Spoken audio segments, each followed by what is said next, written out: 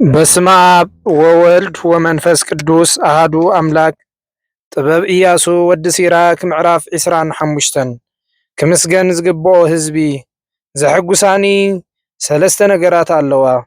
ንሳተን ከዓ ኣብ ቅድሚ እግዚአብሔር ኮነ ኣብ ቅድሚ ሰብ ጽቡቃት እየን። ኣብ መንጎ ኣሕዋት ዘሎ ስምምዕ፣ ኣብ መንጎ ጎረባብቲ ዘሎ ዕርክነት፣ ኣብ መንጎ ሰብኣይን ሰበይትን ዘሎ ስኒት ህይወቶም ኣዝዩ ዓንቃፊ ስለ ዝኾነ ከም ሕሱም ዝጸልኦም ሰለስተ ዓይነት ሰባት ኣለዉ። ለማናይ ክንሱ ዕቡይ፣ ሃፍታም ክንሱ ሓሳዊ፣ ኣረጊት ክንሱ ኣእምርኡ ዝሰሓተ ዘማዊ።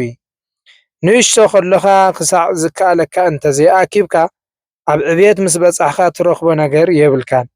ቅኑዕ ፍርድን ሰናይ ምኽርን ሸያብ ጸጉርን ሓቢሮም ክጓዓዙ ከለዉ ኣዝዩ ጽቡቕ እዩ። ኣብ ዝሸምገለ ጥበብ ኣብ ሕፉር ሰብ ከዓ ምስትውዓልን ምኽርን ክርከብ ከሎ ኣዝዩ የብህግ። ሃብታም ተመክሮ ዘውዲ ሽምግልና እዩ። ትምክሕቶም ከዓ ንእግዚአብሔር ምፍራሕ እዩ። ዘሐጉሳኒ 10 ነገራት ኣለዋ። ብፍላይ እታ 10ይቲ ኣዝያ እያ እትሐጉሰኒ።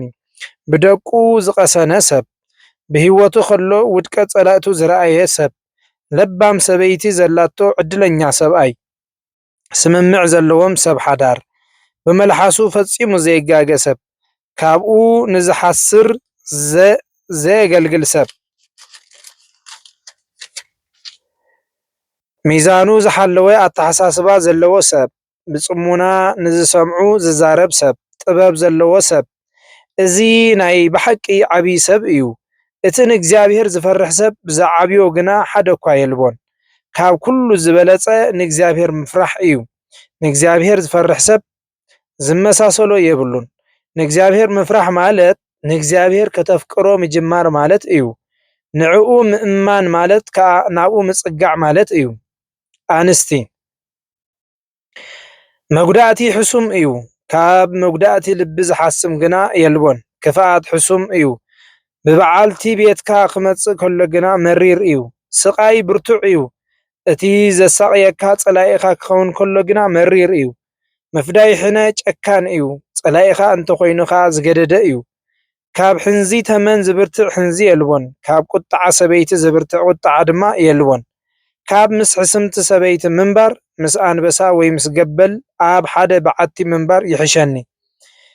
ሕብስቲ ሰበይቲ ከም ድቢ ገጻ ሕስምቲ ሰበይቲ ከም ድቢ ገጻ ኣጸልሚታ እናተገራጨወት ትዛረብ። ሰብኣያ ነቲ መሪር ኢሕታኡ ክሓብኣሉ ኣብ ዘይክእለሉ ናብ ጎረቤት ከይዱ ክበልዕ ይግደድ። ዝኾነ ከንቱነት ምስቲ ብሰበይቲ ዝመጽእ ከንቱነት ተነጻጺሩ ሚዛን የብሉን። ንኸምዚኣ ዝኣምሰለት ሰበይቲ ዕድል ሓጣን ደኣ ይሃባ።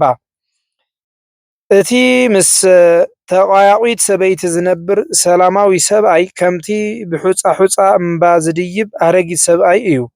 ብጽባቐ ሰበይቲ ልብኻ ኣይሰለብ።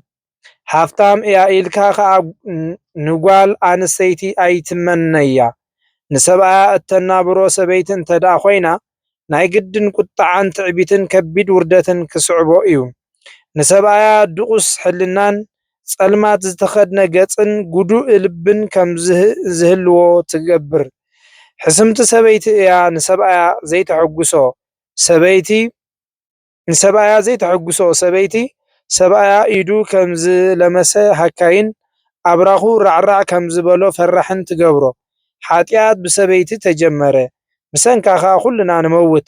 ማይካ ብኸንቱ ክፈስስ ከም ዘይተሓድጎ ነታ ሕስምቲ ሰበይቲ ከዓ ደፊራ ክትዛረብ ኣይተፍቅደላ። ከም ትእዛዝካ ዘይትኸይድ እንተደኣ ኮይና ካባኻ ፍለያ። ስለ ቃሉ እግዚአብሔር ኣምላኽ ዝኸበረን ዝተመስገነን ይኹን።